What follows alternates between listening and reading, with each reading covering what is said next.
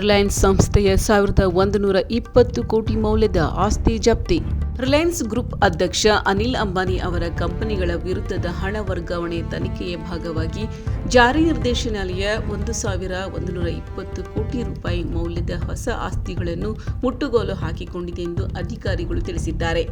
ಮುಂಬೈನ ಬರ್ಲಾಡ್ ಎಸ್ಟೇಟ್ನಲ್ಲಿರುವ ರಿಲಯನ್ಸ್ ಸೆಂಟರ್ ಸ್ಥಿರ ಠೇವಣಿಗಳು, ಬ್ಯಾಂಕ್ ಬ್ಯಾಲೆನ್ಸ್ ಮತ್ತು ರಿಲಯನ್ಸ್ ಅನಿಲ್ ಅಂಬಾನಿ ಗ್ರೂಪ್ನ ಪಾವತಿಸಿದ ಹೂಡಿಕೆಗಳಲ್ಲಿನ ಷೇರುಗಳನ್ನು ಹಣ ವರ್ಗಾವಣೆ ತಡೆ ಕಾಯ್ದೆ ಅಡಿಯಲ್ಲಿ ತಾತ್ಕಾಲಿಕವಾಗಿ ಮುಟ್ಟುಗೋಲು ಹಾಕಿಕೊಳ್ಳಲಾಗಿದೆ ಎಂದು ಅವರು ತಿಳಿಸಿದರು. ರಿಲಯನ್ಸ್ ಇನ್ಫ್ರಾಸ್ಟ್ರಕ್ಚರ್ ಲಿಮಿಟೆಡ್ನ 7 ಆಸ್ತಿಗಳು, ರಿಲಯನ್ಸ್ ಪವರ್ ಲಿಮಿಟೆಡ್ನ 2 ಆಸ್ತಿಗಳು, ರಿಲಯನ್ಸ್ ವ್ಯಾಲ್ಯೂ ಸರ್ವಿಸ್ ಪ್ರೈವೇಟ್ ಲಿಮಿಟೆಡ್ನ 9 ಆಸ್ತಿಗಳು, Reliance value service private limited, Reliance venture asset management private LT, fee management solutions private limited, Aadhaar property consultancy private limited, ಗಮೇಜ್ ಇನ್ವೆಸ್ಟ್ಮೆಂಟ್ ಮ್ಯಾನೇಜ್ಮೆಂಟ್ ಪ್ರೈವೇಟ್ ಲಿಮಿಟೆಡ್ ಮತ್ತು Reliance venture asset management private ಲಿಮಿಟೆಡ್ನ ಉಲ್ಲೇಖವಿಲ್ಲದ ಹೂಡಿಕೆಯಲ್ಲಿ ಮಾಡಿದ ಹೂಡಿಕೆಗಳ ಮತ್ತೊಂದು ಸೆಟ್ ಅನ್ನು ಸಹ ಮುಟ್ಟುಗೋಲು ಹಾಕಿಕೊಳ್ಳಲಾಗಿದೆ ಎಂದು ಅವರು ಮಾಹಿತಿ ನೀಡಿದ್ದಾರೆ. ಇನ್ನು Reliance communications limited, Reliance commercial finance limited ಮತ್ತು ರಿಲಯನ್ಸ್ ಹೋಮ್ ಫೈನಾನ್ಸ್ ಲಿಮಿಟೆಡ್ಗೆ ಸಂಬಂಧಿಸಿದ ಬ್ಯಾಂಕ್ ವಂಚನೆ ಪ್ರಕರಣಗಳಲ್ಲಿ ಜಾರಿ ನಿರ್ದೇಶನಾಲಯವು ಈ ಹಿಂದೆ